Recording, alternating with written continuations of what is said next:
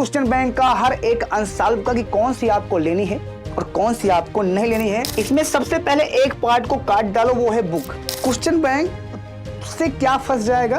पहला name reaction फंस जाएगा 100%, मतलब 10 नंबर का गेम तुम कर लोगे। तो पढ़ना चाहिए कि नहीं चाहिए, ये पहली बात है। हेलो बच्चों, एक बार फिर से स्वागत करते हैं यूपी बोर्ड हिंदी मीडियम के सबसे बड़े और सबसे ज्यादा विश्वसनीय चैनल पर बच्चे पार्टी। बहुत सारे बच्चों का एक दिल दिमाग के अंदर भैया डाउट भरा पड़ा हुआ है कि गुरुजी हम क्या है कि कौन सा क्वेश्चन बैंक ले, कौन सा अनसॉल्व ले, ये दिमाग के अंदर आ ही नहीं रहा है। और हम तो ऑलरेडी बहुत सारे क्वेश्चन बैंक लेकर यहाँ पे बैठे हुए हैं, इतनी क्वेश्चन बैंक के हैं, लेकिन हमारे पास यहाँ पे ऐसा कोई कंटेंट नहीं समझ में आ रहा है कि इस क्वेश्चन के अंदर कुछ चीजें हैं। लास्ट तक बने रहिए, हम तुमको सारा डिटेल देखते हैं हर एक क्वेश्चन बैंक का, हर एक अनसॉल्व का, कि कौन सी आपको लेनी है और कौन सी आपको नहीं लेनी है, और कौन सी क्वेश्चन बैंक से हर साल क्वेश्चन फंसते हैं और कौन सी क्वेश्चन बैंक से हर साल क्वेश्चन नहीं फंसते हैं। लेकिन उसके पहले खुद की पढ़ाई कितनी हुई है, आपने कितनी पढ़ाई किया है, इसको एक बार कमेंट में हमें जरूर बताइएगा बच्चा पार्टी। दूसरी पार्टी, आपके पास कौन सी क्वेश्चन बैंक है, ये भी हमें, कि आपको नहीं था पहले पता और आप क्वेश्चन बैंक ले लिए हैं। सबसे पहला पॉइंट यहां पे है भैया कि ये 3 पॉइंट तुम्हारे लिए, अगर तुम अभी क्लास 10th और 12th में हो तो ये तीनों पॉइंट अभी बहुत ज्यादा जरूरी है।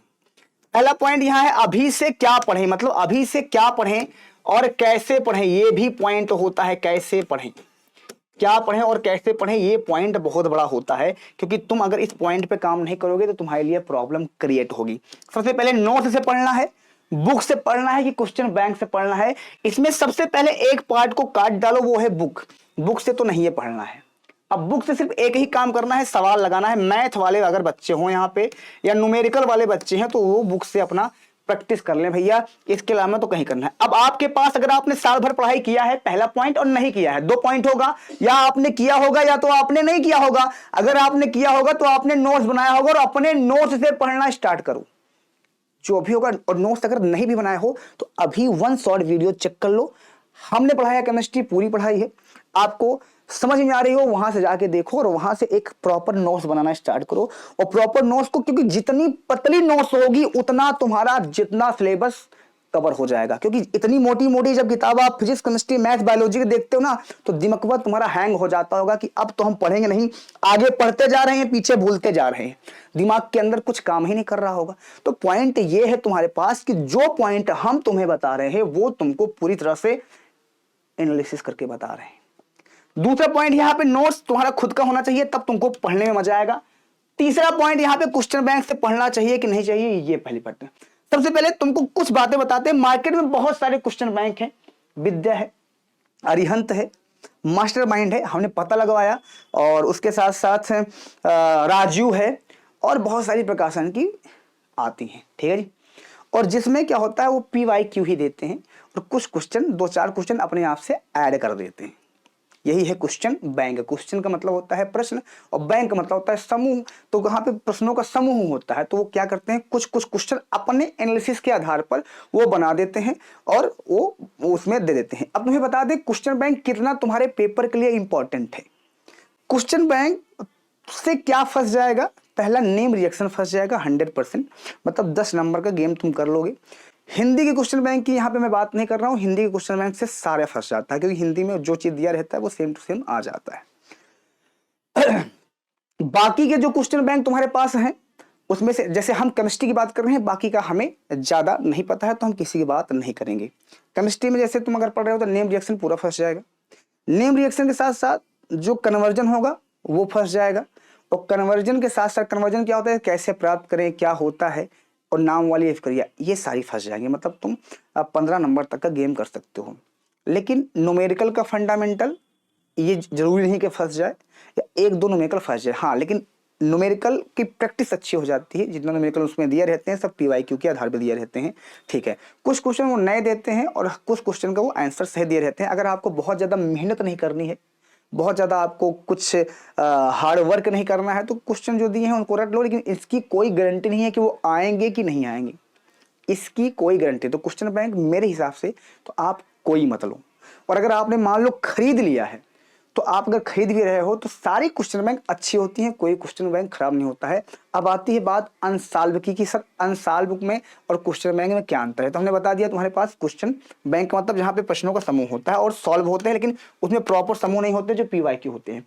अनसॉल्व तुम्हारे पास दो आती है मार्केट में, हमको जहां तक लगता है एक अग्रवाल होती है और एक राजीव होती है। दोनों में से दोनों बेस्ट हैं, आप अग्रवाल के ले लेना या राजीव के, दोनों बेस्ट हैं।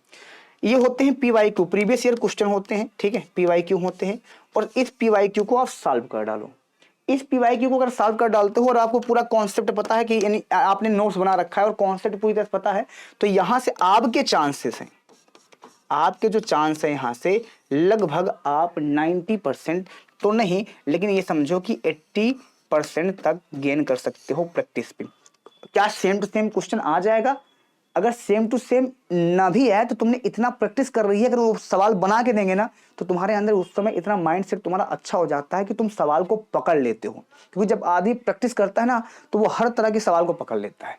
तो पहला पॉइंट, नोट्स खुद का होना चाहिए। दूसरा, किताब से पढ़ना छोड़ दो, मैथ है तो लगाओ, न्यूमेरिकल है तो लगाओ। तीसरा सबसे इंपॉर्टेंट है अनसॉल्व, लेके PYQ सॉल्व करना स्टार्ट कर दो। बाकी का हम तुम्हें, चाहे वो मुख्य रासायनिक अभिक्रिया हो, नाम वाली अभिक्रिया हो, चाहे निर्माण की विधियां हो, वो सारी चीजें तुम्हें रासायनिक अभिक्रिया के रूप में हम लेकर आ रहे हैं, जहां पे पूरी सेकंड केमिस्ट्री को हम पूरे क्वेश्चन को हम करवाएंगे। टेंशन लेने की आवश्यकता नहीं है।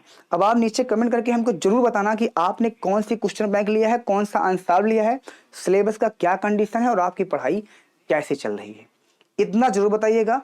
और हम आपसे वादा करते हैं, अगर आपको किसी भी सब्जेक्ट में दिक्कत हो रही होगी, आप नीचे कमेंट कीजिएगा, खास करके केमिस्ट्री में।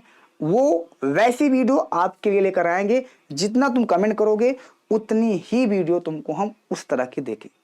ठीक है बच्चा पार्टी, चलिए जी मिलते हैं नेक्स्ट क्लास में। तब तक के लिए बाय बाय, टेक केयर। फिर से क्वेश्चन बैंक अगर ले लिए हो कोई दिक्कत नहीं, लेकिन अनसॉल्व खरीद के प्रैक्टिस ज्यादा से ज्यादा कर डालो बस। और अगर आप कहोगे सर चारों क्वेश्चन बैंक में कौन सी अच्छी है, मास्टरमाइंड, अवतार, विद्या या और राजीव, सारी अच्छी हैं, खराब कोई नहीं है यहाँ पे। लेकिन अवतार में मुझे लगता है कि थोड़ा फास्ट टैग रिवीजन दिया गया है, जो बच्चों के पास थोड़ा सा नोट्स भी नहीं होती हैं तो उसको रिवीजन कर सकते हैं। राजीव में भी ये किया गया है और मास्टरमाइंड में भी शायद ये किया गया है। तो आप चेक कर लेना, अगर जहाँ पे आपको फास्ट टैग रिवीजन करना होगा वहाँ का उस वाली ले लोगे, तुम्हें थोड़ी सी हेल्प कर देगी रिवीजन करने के लिए। बस इतनी सी बात है। ठीक है बच्चा पार्टी, मिलते हैं। टेंशन बिल्कुल मत लो, तुम्हारे साथ है बच्चा पार्टी, बिल्कुल एकदम झक्कास तरीके से, टेंशन लेने की बिल्कुल आवश्यकता नहीं है। और अगर आप लक्ष्य अभी तक नहीं लिए हो लक्ष्य बैच के अंदर, तो आप लक्ष्य के अंदर इस नंबर पे कॉल कर सकते हो। कॉल करके लक्ष्य का रेट जो है जैसे भी हो आप पता कर सकते हो, आपको पूरी तरह से लक्ष्य के बारे में पूरा एनालिसिस बता दिया जाएगा। ठीक है बच्चा पार्टी, चलिए मिलते हैं नेक्स्ट क्लास में। तब तक के लिए bye bye, take care, love you so much.